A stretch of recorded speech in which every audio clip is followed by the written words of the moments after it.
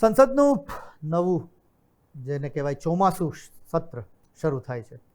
સરકાર નવા કાયદા લાવવાની તૈયારીમાં હોય એવું લાગે છે. વિરોધ પક્ષ સરકારને ઘેરવાની તૈયારીમાં છે. એ તો આપણે ગઈકાલથી જોવાનું ચાલુ કરી દીધું અને પછી ચાલુ થયા હોબાળા, સૂત્રોચ્ચાર, વેલમાં ઘસી જવાનું, આ બધું ચાલુ થશે અને પછી છેલ્લે કાર્યવાહી સ્થગિત થાય. આ દ્રશ્ય હવે સામાન્ય બની ગયું છે. પરંતુ આજે અર્થની વાતમાં સવાલ રાજકારણનો નથી, સવાલ છે અર્થવ્યવસ્થાનો. કારણ કે સંસદ ન ચાલે તો નુકસાન માત્ર સરકારનું નથી થતું, દેશનું થાય છે અને આખરે આપણા ખિસ્સા પર પણ તેની અસર પડે છે. હોબાળો માત્ર સંસદના વેલમાં એટલે કે ગૃહમાં જ નથી થતો, એની ગૂંજ આખી અર્થવ્યવસ્થામાં પણ સંભળાય છે. આંકડા શું કહે છે એ પહેલાં જરા જોઈ લઈએ.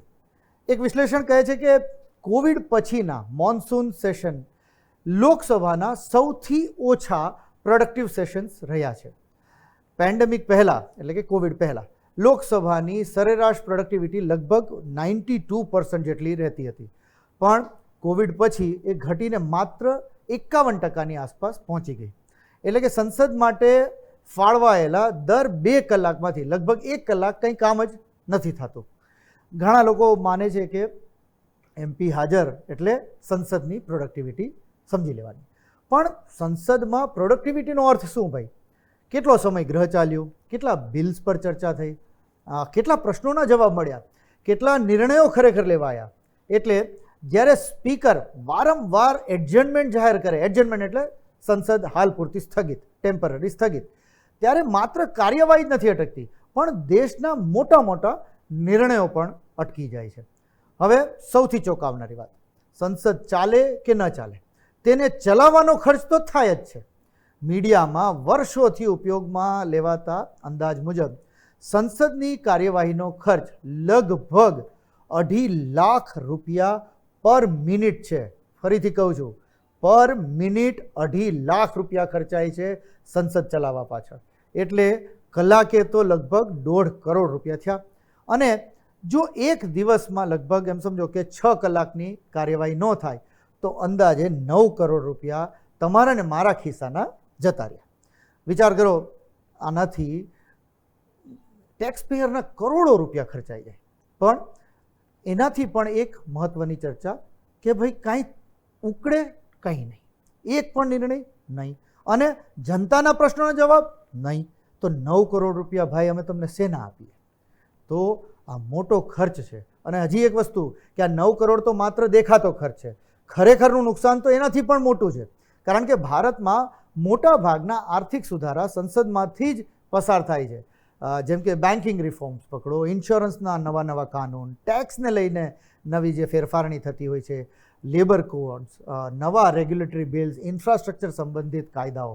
હવે જો સંસદ ના ચાલે તો આ નિર્ણયો પણ અટકે, અને જ્યારે નિર્ણય અટકે એટલે રોકાણ અટકે, નવી નીતિઓ મોડી પડે અને બિઝનેસ પ્લાનિંગ પણ ધીમે ધીમે પાછળ ધકેલાતું જાય અને એક પોલિસી પેરાલિસિસની અવસ્થા આવી જાય. સંસદનું કામ માત્ર કાયદા બનાવવાનું નથી, સરકારને જવાબદાર પણ બનાવવાનો છે. ક્વેશ્ચન આવરમાં સાંસદો સીધા સવાલ સરકારને પૂછતા હોય છે. મોંઘવારી કેમ વધી ભાઈ? આ અનએમ્પ્લોયમેન્ટ વધ્યું છે એનું શું? એક્સપોર્ટ ઘટી રહ્યું છે એનું શું? ખેડૂતો માટે કંઈ નવી યોજના તમે લાવો છો? PSU પ્રાઇવેટાઇઝેશનની જે ગવર્મેન્ટ દર વખતે મોટા ટાર્ગેટ સેટ કરતા હોય છે, એ ક્યાં પહોંચ્યું ભાઈ? જો ક્વેશ્ચનર જ ન ચાલે તો સરકારની જવાબદારી પણ અધૂરી રહી જાય છે. એટલે ક્યાંક વિપક્ષનો પણ આમાં વાંક છે. સંસદમાં થયેલા હોબાળા અને તીખી નોકઝોકની ક્લિપ્સ તો તમે ને હું સોશિયલ મીડિયા પર ખૂબ જોતા હોઈએ છીએ.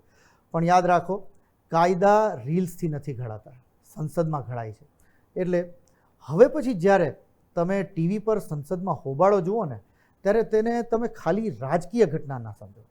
તેના પાછળ તમારા અને મારા જેવા અનેક ટેક્સ પેયર્સના પૈસા વેડફાય છે.